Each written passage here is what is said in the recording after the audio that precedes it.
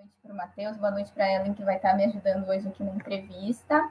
Hoje a gente vai estar entrevistando o Matheus Albino, que é mestre, não me corrige, mestre doutorando em economia pela Unicamp, formado na USP, certo? Me corrige aí. Focado certo. em pesquisa.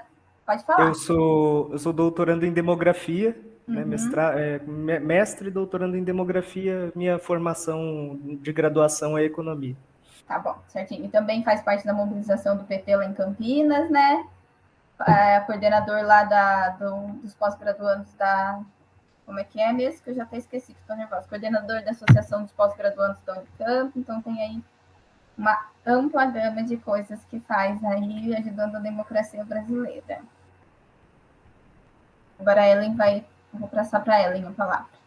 Boa noite, Matheus. Boa noite, Maria Clara. Bom, Matheus, vamos começar com as perguntas. Primeiramente, eu vou pedir para que você se aprofunde um pouco mais sobre quem é você, o que você faz, qual a sua história nos movimentos sociais, no ativismo. Tá, então, de novo, queria agradecer o convite, Maria Clara, Ellen. Eu sou o Matheus, eu nasci em Campinas, eu tenho 26 anos. Como Maria Clara disse, eu sou economista de formação, demógrafo, né? Eu sou mestre em demografia na Unicamp e estou fazendo meu doutorado agora também em demografia na Unicamp. Eu sou o coordenador da Associação de Pós-Graduandos da Unicamp, um dos coordenadores, né? E também militante do PT, secretário de Mobilização e de Juventude do PT de Campinas. Eu comecei, então, contando um pouco de como que eu cheguei até aqui. Eu comecei no movimento estudantil da USP. Eu fiz USP Ribeirão Preto, é um curso de economia empresarial, então era um curso muito voltado para finanças, para negócios, e com um perfil muito específico, mas logo já comecei a entrar nas discussões do movimento estudantil. Naquela época a gente estava encaminhando a discussão de adesão ao SISU na USP, né, e também engajados na luta pelas cotas étnico-raciais. Então, essa foi o começo da minha experiência no movimento estudantil da USP. Eu participei de várias representações discentes da universidade, então, desde a comissão de curso até os conselhos centrais da USP, em São Paulo. E então foi aí que eu tive contato com essas primeiras pautas, com os movimentos sociais, pelo movimento estudantil, né? E comecei, como eu disse, através das representações discentes. Foi quando eu comecei encontrei alguns amigos. Eu era simpatizante já do Partido dos Trabalhadores, então encontrei alguns amigos que estavam criando o núcleo de estudantes petistas da USP. E nesse movimento a gente começou a pautar também a luta das cotas, a postura contra o golpe de 2016, né? E já nessa esteira a gente começou a movimentação para ganhar o DCE, né, como uma parte, né, dessa luta, né, dentro da USP. Eu não cheguei a participar do DCE da USP, né? Eu me formei logo que a gente conseguiu se eleger como DCE, mas depois eu vim para a Unicamp, né? Fiz meu mestrado em demografia. Demografia também é uma área muito específica, que tem em poucos lugares, mas comecei a me interessar pela demografia, principalmente pela mortalidade, né? Eu estudava no começo do curso, eu me interessei muito pela história econômica, comecei estudando a escravidão escravidão em Campinas, né? E com isso eu fui me interessando pela demografia, vendo um pouco, estudando, né, a mortalidade, a população no século XIX. Então comecei a minha pesquisa na Unicamp. Na Unicamp, eu tive contato com outros tipos de lutas, né, já no Fora Bolsonaro, no próprio movimento contra os cortes, desde os ministros, dos primeiros ministros do Bolsonaro. até o Weintraub, né, que eu considero ali que foi um momento em que a situação dos cortes na ciência e tecnologia se agravaram, né? Então a gente lutou por um pedido de Assembleia Geral Universitária na Unicamp, e assim eu também comecei a me engajar no movimento estudantil de pós-graduação na Unicamp, e a gente fundou a Associação de Pós-Graduandos. A Unicamp já tinha uma associação, ela tinha sido extinta em 2009, e muito também por um cenário de desmobilização dessas pautas, e ganhou força com esse movimento contra os cortes na ciência e tecnologia. Em 2020, eu fui candidato a vereador em Campinas, foi uma experiência também muito interessante, foi muito legal. Conheci muita gente, tive contato com os movimentos sociais de Campinas de uma maneira assim, fora da universidade, que a gente sempre fala de furar a bolha, de ir para fora.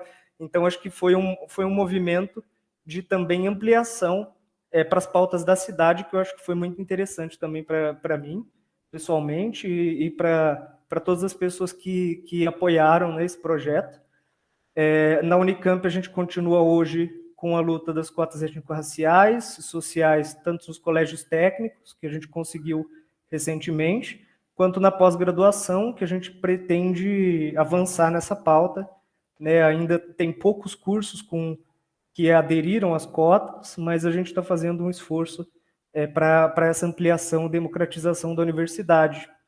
E acho que o último ponto que eu considero relevante dessas lutas em Campinas, na Unicamp e na universidade, foi quando a gente conseguiu recentemente a revogação do título do Dr. Jarbas Passarinho. O Jarbas Passarinho foi um ministro da ditadura da educação, e ele recebeu vários títulos de doutor honoris causa em diversas universidades. Então a gente fez esse movimento pela revogação muito na onda, de reparação da memória, da história e da memória das vítimas da ditadura militar. Então essas foram assim as principais lutas, o meu contato com os movimentos sociais. No PT isso se ampliou, eu consegui um contato maior com o pessoal da cultura da cidade, então eu também sou representante no Conselho de Políticas Culturais de Campinas, mas estou aprendendo, eu ainda sei muito pouco, tenho contato pela história da cidade, porque eu estudo a história da cidade, mas também eu estou nessa posição mais para aprender. Eu acho que é mais ou menos isso, essa um pouco da minha história. Caramba, Matheus, é bastante coisa, um pouco, mas é bastante, assim.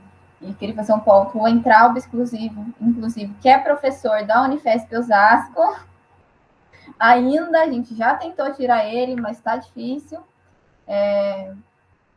continuar com esse cara aí.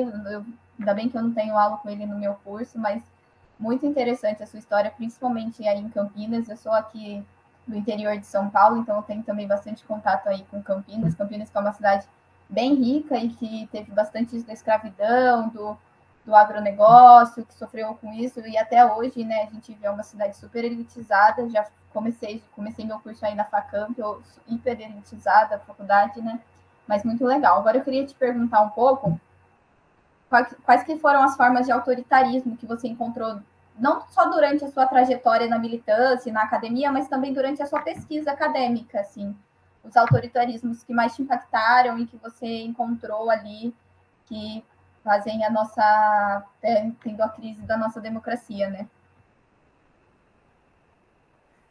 Legal. Bom, eu acho que a primeira coisa acho que mais sobre a minha pesquisa. Eu tive contato assim com a história de Campinas. Eu também vim de uma faculdade que era muito elitizada, assim, então foi muito difícil começar essas discussões na FEA de Ribeirão, também na FEA de São Paulo, que eu acho que também é na mesma toada, assim, é uma faculdade de negócios, tem esse perfil mais elitizado, mas que a gente está tentando, aos poucos, mudar, né? E eu acho que na minha pesquisa, a primeira coisa que me chamou a atenção para estudar a escravidão em Campinas foi exatamente isso, como que o autoritarismo como produto, aliás, como produtor da desigualdade, né? Então, a desigualdade como uma produção de um Estado hierarquizado, de um Estado profundamente autoritário, o nosso próprio legado da escravidão, né? Campinas foi uma das cidades, foi a cidade com maior percentual de escravizados por habitantes, então foi uma cidade muito onde a escravidão foi muito forte. Muitos dizem também que a escravidão em Campinas foi mais, vamos dizer, como se fosse um castigo para os escravizados, mas eu considero que, na verdade, a escravidão foi brutal em todos os lugares, né? A gente tem que entender isso no contexto em que a escravidão se dava. E uma coisa que me chamou a atenção é quando eu sempre falo que eu pesquiso a escravidão, que eu pesquiso mortalidade nessa época, antes de falar que eu pesquiso o século XIX, eu falo simplesmente que eu pesquiso escravidão. E uma vez uma pessoa me falou assim, mas como é que você acha esses escravizados? E aí eu fiquei me perguntando, né? Não foi uma pergunta, de nenhuma forma ingênua, né? Mas é para a gente ver que quando eu falei que estudava escravidão para as pessoas, ela imaginou que eu estudava a escravidão moderna, né? A escravidão contemporânea. E isso já diz muito, né? Sobre na verdade, essa desigualdade persistente no Brasil, né? Então, principalmente na desigualdade racial, mas também na desigualdade de gênero. Então, eu acho que a desigualdade como produção do Estado também é um fruto de um Estado altamente hierarquizado e autoritário, né? Um outro ponto, agora mais chamando para as minhas lutas, né? Eu acho que há uma coisa que a gente se acostumou, talvez, a encarar, é uma banalização das arbitrariedades do Estado, né? A própria violência policial, o próprio uso dos instrumentos de comunicação institucionais como propagação de ódio, né? Isso foi intensificado com o governo Bolsonaro. Ele trouxe essa propagação do ódio para a política pública, o que, para mim, eu acho que é uma das formas mais brutais assim, de autoritarismo, com o uso do Estado para mexer nesses mecanismos de comunicação.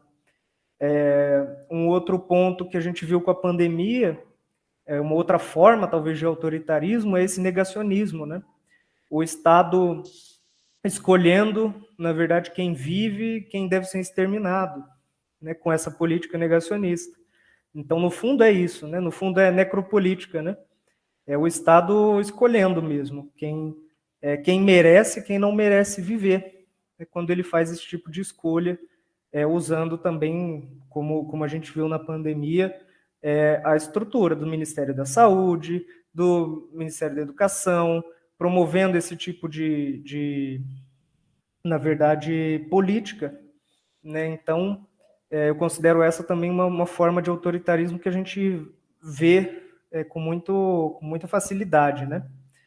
E também um detalhe que eu chamo atenção até na nossa luta contra o golpe e pelo fora Bolsonaro, eu acho que o que me chama mais atenção é também o uso dos instrumentos da justiça, né? Então, o próprio uso da justiça para perseguir opositores, para disseminar as mentiras, para sustentar crises na democracia, né? Rupturas da democracia. Então, eu acho que essas são as formas que eu mais vejo, né? Desde a desigualdade até esse uso da justiça e do negacionismo, mas eu acho que essas são as formas que a gente mais tem contato, né, com o autoritarismo na pele mesmo, né? Obrigada, Matheus. Eu acho que realmente é muito complicada essa questão do governo de escolher quem vive, quem morre, quem se alimenta, quem não se alimenta, e todas as outras formas de autoritarismo que você citou. Continuando nessa questão, como você enfrentou o autoritarismo durante a sua jornada, sua trajetória na militância? E como os jovens estudantes engajados na luta democrática pode enfrentá-los no nosso dia a dia? Bom, eu acho que essa é uma resposta que a gente tem, que a gente está buscando, né? A gente ainda está aprendendo na tentativa e erro, como resistir nesse período tão difícil, né? A gente olha para todos os lados e vê ataques, fica sem esperança mesmo de que essa situação mude, né? A gente tem diversas atuações, tanto dos movimentos sociais quanto na universidade, e parece que tudo isso não dá o resultado que a gente espera, né?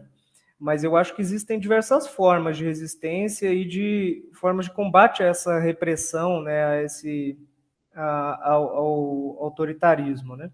Uma dessas formas que eu vejo é a própria atuação dos movimentos sociais. Então, movimentos de mulheres, movimento negro, movimento LGBTQIA+, o movimento estudantil, particularmente também, que é um pouco mais da minha vivência, mas movimentos culturais, essa atuação dos movimentos sociais é uma das formas de resistência que a gente tanto busca, né, como uma forma de superar esse momento, quanto eu também vejo como um caminho. Eu acho que a gente aperfeiçoa a democracia com a atuação desses movimentos, com a discussão, pautando mesmo a sociedade, mesmo que isso seja feito em passos lentos, né? A gente tem para que as nossas pautas, principalmente a gente vê, por exemplo, as pautas ambientais, as pautas do combate ao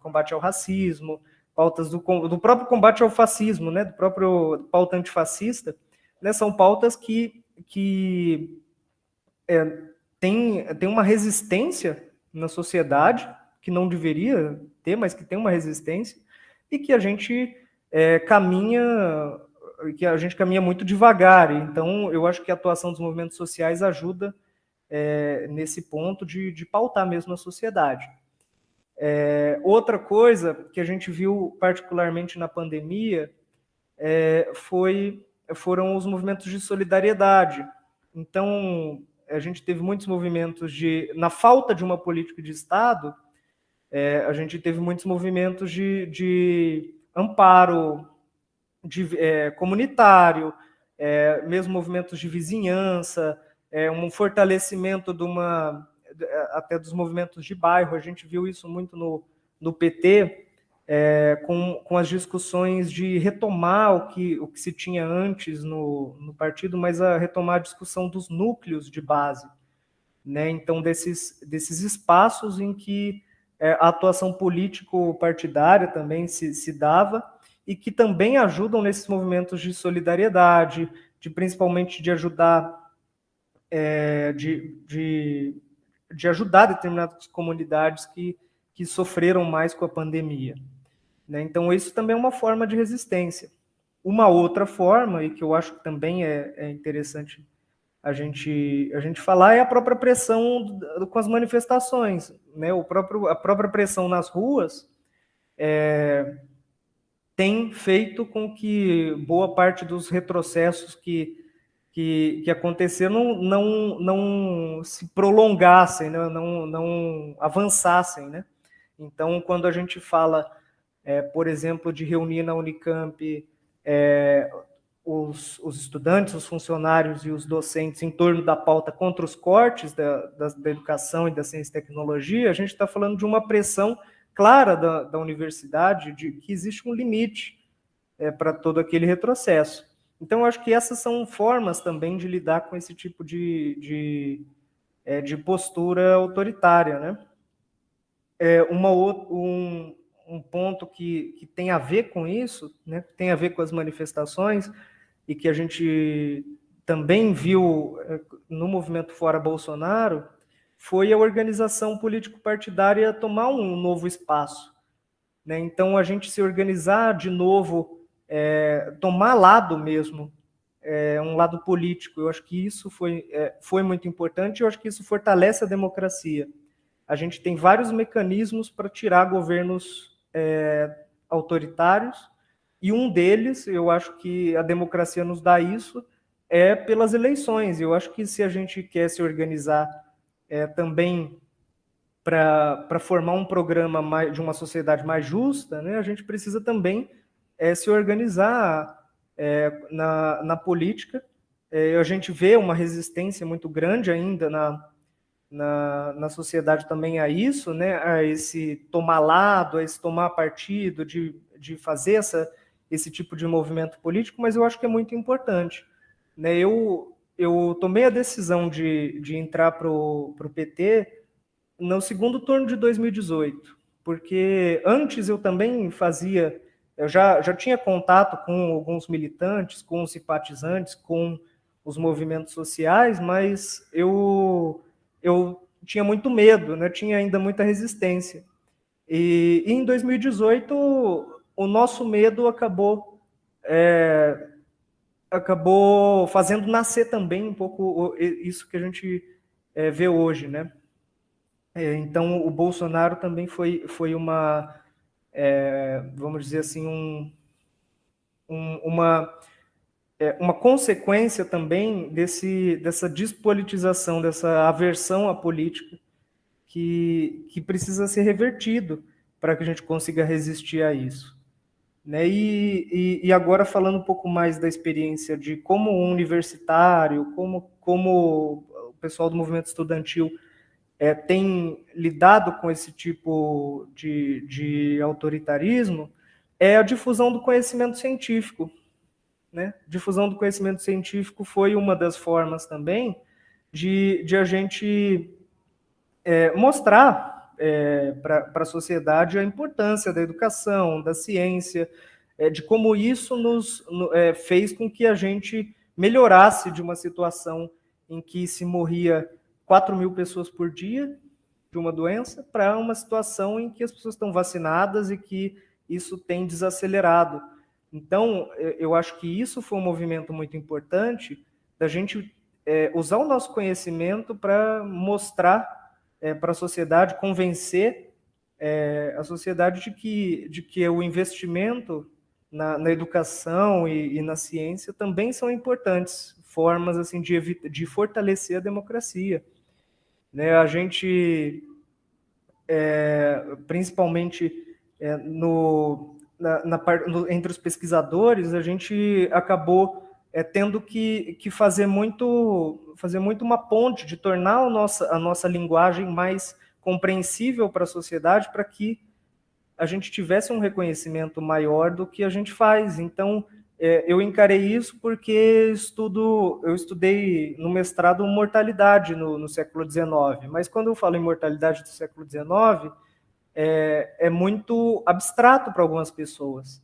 Então, fazer um paralelo com a situação de pandemia, com a situação das epidemias na história, ajuda a ter um pouco dessa discussão para fora da universidade, para fora também da minha bolha, né?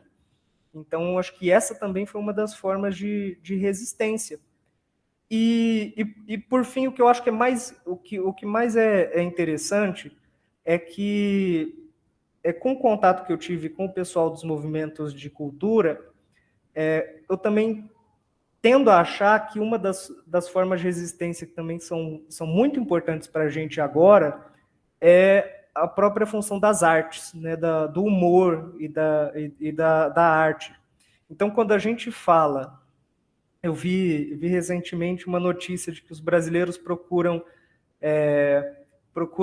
no Google, a pergunta mais procurada no Google sobre a vacina era de que os brasileiros se podia beber junto depois de tomar a vacina. Então, esse tipo de humor, esse tipo de notícia pode parecer irrelevante, mas é uma das formas também de quebrar essa pauta única que, por exemplo, o governo tenta colocar com o negacionismo, né? Então, isso mostra que as pessoas não estão fechadas com esse tipo de posição negacionista, né? Isso mostra, o humor, a arte também tem uma função de mostrar para a gente que isso não tem, que o autoritarismo não tem uma adesão tão grande quanto a gente pensa na sociedade, né? Acho que é um pouco isso. Eu percebo bastante isso do humor, da arte, principalmente na campanha da vacinação. Quando surgiu essa coisa do crocodilo, do jacaré, todo mundo começou a fazer piada e virou, assim, uma coisa de postar nas redes se vacinar. E eu achava isso maravilhoso, porque incentivava, as pessoas iam lá, barrava o negacionismo. A gente usou a própria fala do Bolsonaro como humor, como uma forma ali de tentar barrar isso e fazer resistência e chegar em camadas da população que a gente não estava conseguindo, né? E, assim, a gente está fazendo resistência agora, a gente faz todos os dias, assim, né, gente da esquerda brasileira, e temos que continuar. Agora, eu queria te perguntar, mais saindo agora de um pouco do autoritarismo, mas continuando, porque estamos no Brasil atual, como que você tem visto a democracia no Brasil, a mudança dela nesses últimos anos, desde do golpe com a Dilma, da eleição do Bolsonaro? Quais problemas mais atuais assim você percebe? E como que a sua área de pesquisa pode ajudar a explicar essa crise na nossa democracia brasileira e a barrar isso, esse autoritarismo, e ajudar daqui em diante?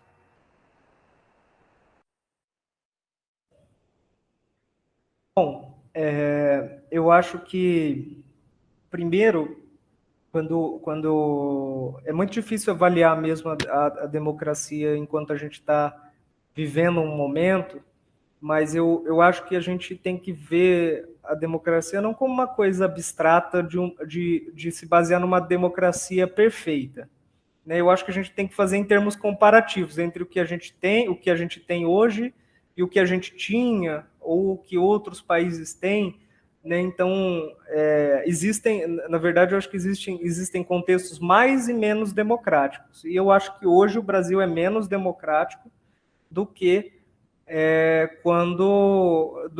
do movimento que surgiu em 2003, de 2003 para cá. Então, eu vejo que, por exemplo, desde o governo Lula e o governo Dilma, primeiro governo Dilma, a gente teve um período ali, uma década, um período muito importante de democracia real, né, de democracia efetiva. Quando a gente saiu da Constituição de 88, a Constituição dava uma série de direitos, né, estipulava uma série de direitos que são frutos da luta contra a ditadura. Então, o direito básico, a moradia, a saúde, a educação, o emprego. Então, tudo isso precisava ser colocado como política de Estado. E eu considero que a partir de 2003 isso começou a acontecer. Depois de muito tempo da Constituição, talvez não tanto assim, mas a gente começou a ter uma distribuição maior de renda, um acesso a esses direitos básicos foi ampliado, a própria universidade se ampliou, né, e se democratizou. Então, eu acho que durante esse período a gente conseguiu ter um avanço democrático muito importante, mas a gente acaba tentando resumir a democracia simplesmente, pelo menos os economistas acabam fazendo isso, mas vendo um pouco, superestimando só a economia. Mas eu acho que um amigo meu disse uma vez, eu acho que vale também para isso, para avaliar a democracia, é que ele falava que com barriga vazia ninguém vai muito longe. Eu acho que é um pouco isso. Com barriga vazia ninguém vai muito longe em direitos. Então, quando a gente pensa em fortalecimento da democracia, a gente também pensa nessa ampliação de direitos para que as pessoas sejam, de fato, participantes da democracia. Né? E isso acabou com um rompimento, na verdade, a partir de 2016, né, com o golpe na presidente Dilma, com toda a negação, né, principalmente de uma classe conservadora, negação desses avanços, né, em direitos. Então, esse momento de 2016 e principalmente depois de 2018 com a eleição do Bolsonaro, eu acho que foram momentos de retrocesso na democracia, e a gente viu isso se perdendo, de fato, aos poucos. Então, a gente viu, por exemplo, a própria democracia criando um governo autoritário, um governo antidemocrático. Né? Então, eu acho que se por um lado a democracia ela produz coisas, ela produz ampliação de direitos, ela também pode produzir esse tipo de monstro, assim, esse tipo de coisa. Então, eu acho que a democracia por si só não é um remédio, né? Ela precisa de um exercício, precisa de um fortalecimento. É que nem o corpo da gente, né? A gente faz, quando a gente se exercita, o corpo melhora. Então, quando a gente faz, ou quando a gente se exercita muito e se exercita errado, a gente pode acabar lesionando. Eu acho que um pouco a democracia é assim, né? Se a gente tem que fazer um constante exercício. A gente viu, depois de 2016, por exemplo, a liberdade de imprensa criar um lavajatismo. A gente viu um discurso da liberdade oprimindo muitas minorias. A gente vê hoje o discurso da liberdade sendo usado como um discurso antivacina. Né? Então, tudo isso tudo isso criou uma insatisfação de setores assim, reacionários que hoje prejudicam, né, a democracia. Quando eu falei do próprio uso da justiça para atitudes antidemocráticas, a gente viu a prisão do ex-presidente Lula e o quanto tempo que isso durou, né, até depois das eleições de 2018, e quanto que isso se perdurou até que fosse corrigido, né, essa injustiça. Então, tudo isso parece que é muito um discurso, pode ser até um discurso meio panfletário, assim, dizendo que não, foi o golpe a Dilma, ou foi a prisão do Lula, mas isso tudo representa, na verdade, o que, na verdade, é o que está por trás de tudo isso. Né? O Bolsonaro foi eleito porque esse tipo de coisa aconteceu, e isso levou a um retrocesso grande na democracia, isso levou à destruição dos conselhos, das conferências que se ouvia para políticas públicas, isso tudo foi desmanchado. Né? Então isso também acabou erodindo a democracia aos poucos, né? A gente assistiu tudo isso. O que eu acho, por fim, eu acho que eu esqueci até de responder como que a minha pesquisa pode ajudar nesse contexto. Você pode repetir a pergunta, que eu acabei falando e me esquecendo um pouco. Não, claro, eu até falei rápido demais, que a gente ficou ansioso, né? Mas a pergunta era a seguinte: como que você acha que a sua área de pesquisa na demografia pode ajudar a explicar essa crise da democracia que a gente vive hoje, não só hoje, não, mas a gente passa por períodos de crise, e como que pode ajudar a explicar e também a prevenir, né? Tá, agora eu entendi. Bom, a demografia e a área de estudos de população, né, que a gente tem como objeto as populações, cada um estuda determinado fenômeno que tem a ver com a dinâmica populacional. No meu caso, eu estudo mortalidade, né, a desigualdade de mortalidade, né, diferenciais de mortalidade. mas também colegas outros estudam fecundidade, desigualdade de gênero no mercado de trabalho e nos domicílios. Então, a gente tem uma gama enorme de temas dentro da demografia que também ajudam a pensar as políticas públicas para o país. Mas uma questão que talvez tenha extrapolado a nossa própria bolha da demografia, vamos dizer assim, foi a questão do censo. Né? O censo demográfico também sofreu muitos cortes. O IBGE tem sido atacado sistematicamente pelo governo federal, desde, vamos dizer, o início. Eu me lembro de uma discussão de que o governo questionava o próprio cálculo da taxa de desemprego, por exemplo, feita pelo IBGE. Então, esse descrédito das instituições, da mesma forma que na pandemia tentou se descredibilizar, por exemplo, o Instituto Butantan, a Fiocruz, as universidades.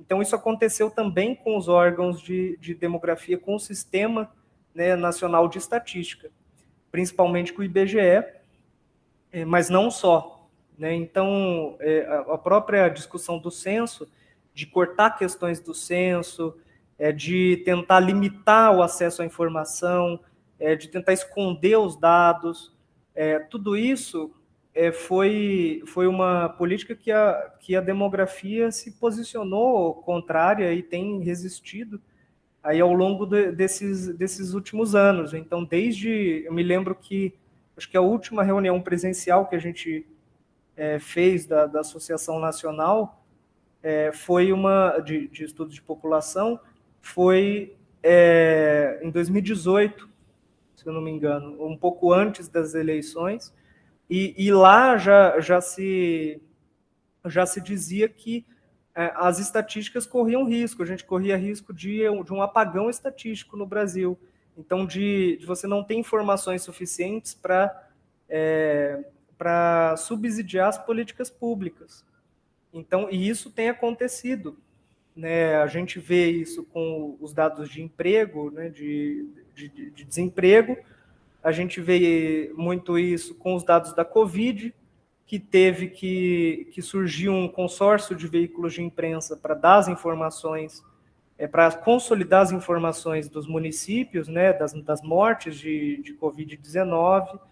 A gente teve o apagão recente do Ministério da Saúde, das informações de Covid do Ministério da Saúde, vários hackeamentos, várias formas de esconder esses dados, e que, no fundo, tentam esconder um pouco a realidade. Né?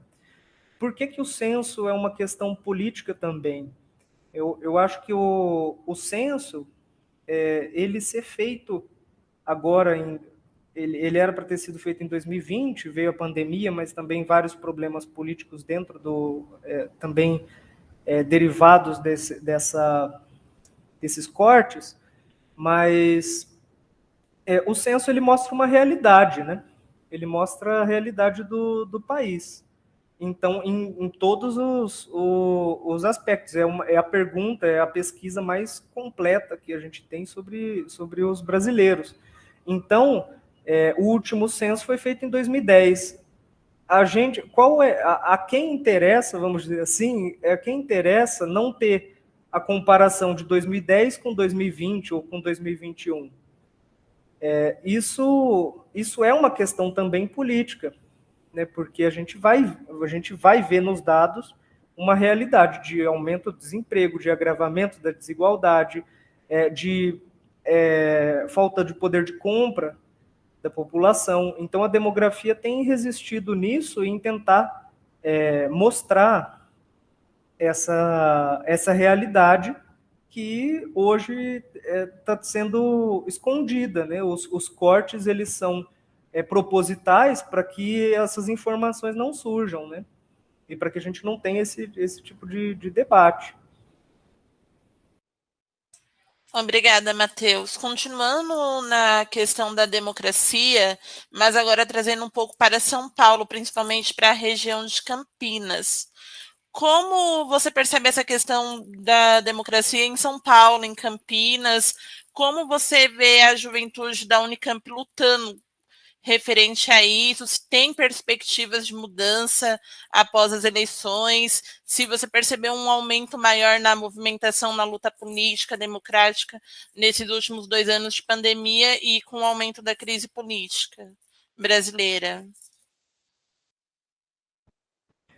Bom, eu acho que a pandemia, ela, ao mesmo tempo que dificultou, por exemplo, contatos presenciais e reuniões e encontros e debates, a gente teve que migrar para as redes, né? A gente teve que fazer esse movimento também para chegar nas pessoas. E eu acho que isso também acabou fortalecendo a democracia, não só em Campinas, né? Não só falando da minha realidade, mas eu acho que isso também aconteceu em outros lugares, mas eu acho que a pandemia também mostrou para a gente que a gente precisava achar outras formas de comunicação, outras linguagens para chegar nas pessoas. Então, a gente assistiu primeiro um boom de lives e de coisas, de debates na internet, mas também a gente começou a ter contato com uma comunicação que pessoalmente, assim, eu acho que vendo no campo da esquerda, a gente tinha muita dificuldade, que era o WhatsApp, que é conversar nos grupos de família, nos grupos de bairro, nos grupos sobre política, né, conversar sobre política. E eu acredito que as eleições de 2020 mostraram isso, mostraram que as pessoas, por mais que estejam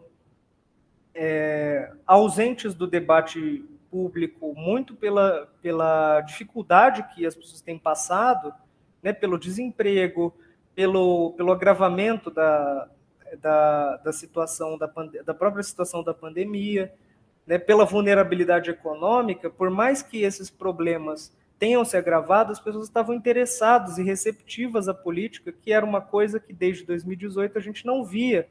Né, eu me lembro muito bem de que em 2018, no final do ano de 2018, a gente estava com muito medo, muito apreensivo, resistente à política, porque talvez não imaginava que seria a pandemia, mas já prenunciava uma coisa ruim, um agravamento, né, da situação e da própria agravamento da democracia. Mas em 2020 isso mudou. Eu acho que a gente começou a chegar nessas pessoas com novas formas de comunicação. É lógico que teve que enfrentar, por exemplo, as desigualdades digitais. Não foi em todo mundo que a gente chegou numa parcela da sociedade, em outra que estava muito mais vulnerável. A gente conseguiu chegar de outras formas. Então, por exemplo, eu citei aqui que um instrumento de enfrentamento, né, de resistência, era os movimentos de solidariedade. Então, nos lugares em que a gente não conseguiu chegar com a internet, ou nos lugares que a gente não conseguiu chegar em outras linguagens, a gente teve também as ações de solidariedade, muito descentralizadas. Não foi muito pensado, assim, não teve...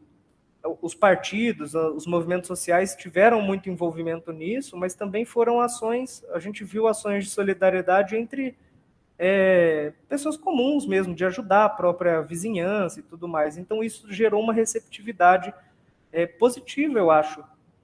E eu vi muito isso durante a campanha de 2020 em Campinas.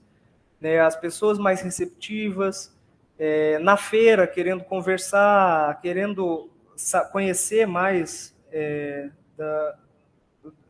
as propostas, né? A conhecer mais, se envolver mais na política, apesar de todas as circunstâncias desfavoráveis, né? Então eu acho que isso foi um ponto positivo para a gente e que tem melhorado para 2022. A gente vê um interesse maior das pessoas em discutir os problemas, né, da cidade, do estado. Então, a gente precisa também aproveitar esse caldo cultural, né, para em 2022 fazer mais do que uma eleição. Eu acho que as eleições elas são uma das formas, como eu disse, da gente fortalecer a democracia, mas também existem outras que a gente precisa aproveitar as eleições para intensificar. E eu tenho assim muita esperança de que esse ano a gente consiga fazer esse debate, a gente consiga chegar em mais pessoas, que a gente veja que não é que esse ódio que foi criado, que essa aversão que foi criada é muito sectária. Ela é de um segmento muito pequeno da sociedade, que as pessoas comuns não estão dentro dessa bolha de ódio. E que a gente tem uma inserção, que a gente tem uma proximidade, uma receptividade maior para chegar nas pessoas. Eu vi muito isso durante a campanha. Isso me deu uma segurança assim, de ver que, por exemplo, quem fez campanha em 2018 sentiu, relatou, eu não tive muito esse contato, mas quem fez campanha em 2018 relatou muitas agressões, agressão na rua, xingamentos, dizendo que, enfim, um clima mesmo de ódio. Eu não tive nenhuma situação em 2020 que fosse nesse sentido. Eu acho que as eleições municipais aconteceram também, e a gente estava engajado nisso, e não vi, pelo menos, muitos episódios de agressões e nem de um discurso mais radicalizado, né? Então, eu acho que a tendência para 2022 é isso melhorar. Eu acho que não vai ser um negócio como algumas pessoas têm falado, de uma radicalização muito, muito forte. Eu acho que é mais já um sentido de maior receptividade até às nossas ideias, né? E já é um clima muito diferente de 2018, eu acho. Com certeza, a gente vê a esquerda bem mais fortalecida, eu acho, menos segmentada para conseguir derrotar isso, né, que a gente está vivendo. E tenho muita esperança nessa eleição de que vamos conseguir ganhar, que vamos colocar o Lula ali, vamos tirar esse cara desse poder, e não só por conta do Lula, né, mas implementar a esquerda em vários, como deputados, governadores, em todos os segmentos da sociedade, porque a discussão está realmente bem mais aberta. Então, agora eu queria te agradecer, né, que a gente já tomou muito parte do seu tempo. Eu fiquei, assim, de olhos brilhantes com essa questão. Eu nunca tinha ouvido alguém falar sobre essa parte da militância na área da demografia. É realmente muito interessante. Eu vou pesquisar, vou ler mais dos seus trabalhos lá que eu vi que tem no seu Lattes, porque foi maravilhoso. Muito obrigado mesmo, Matheus. Foi uma oportunidade incrível. Sim, eu concordo com a Maria Clara, foi muito enriquecedor. A gente quer se aprofundar, inclusive, se você puder indicar materiais para que a gente possa passar para os nossos colegas também, seria muito interessante, caso queira divulgar suas redes sociais também, para que a gente tenha acesso a esse trabalho. Legal, eu fiquei muito feliz com a conversa. Eu gosto bastante assim de falar da demografia no geral, porque eu acho que a gente vai ter uma discussão aí pela frente, principalmente agora, depois do censo de 2022, e muito para fortalecer as políticas públicas que vão surgir de um eventual governo, que a gente imagine que seja um governo progressista, né? Então, queria agradecer. Eu vou deixar também talvez um material de um podcast que o pessoal da economia fez, que fala um pouco sobre o censo, e também essa discussão mais econômica, né? Mas também eu acho que é interessante que eu falo um pouquinho também de política. A minha pesquisa é em história, né? História demográfica, então é século XIX, mas ela tem paralelos também com o cenário atual, que eu acho que pode ser interessante também para vocês aprofundarem. Mas legal, fico muito feliz. Com Agradeço. certeza, eu faço um podcast, porque aqui na EPEM, né, na Unifesp Osasco, a gente tem área de economia, inclusive a Ellen é de contábeis, eu sou de RI, mas temos economistas, temos toda essa área que somos muito interessados e vamos estar passando junto com a entrevista para os colegas da matéria, porque eles vão adorar, todo mundo sempre gosta muito de se aprofundar e enriquecer. Então, boa noite, Matheus, e um grande beijo. Mais uma vez agradeço aí para você o seu tempo. Obrigado pelo convite. Um abraço. Tchau, tchau.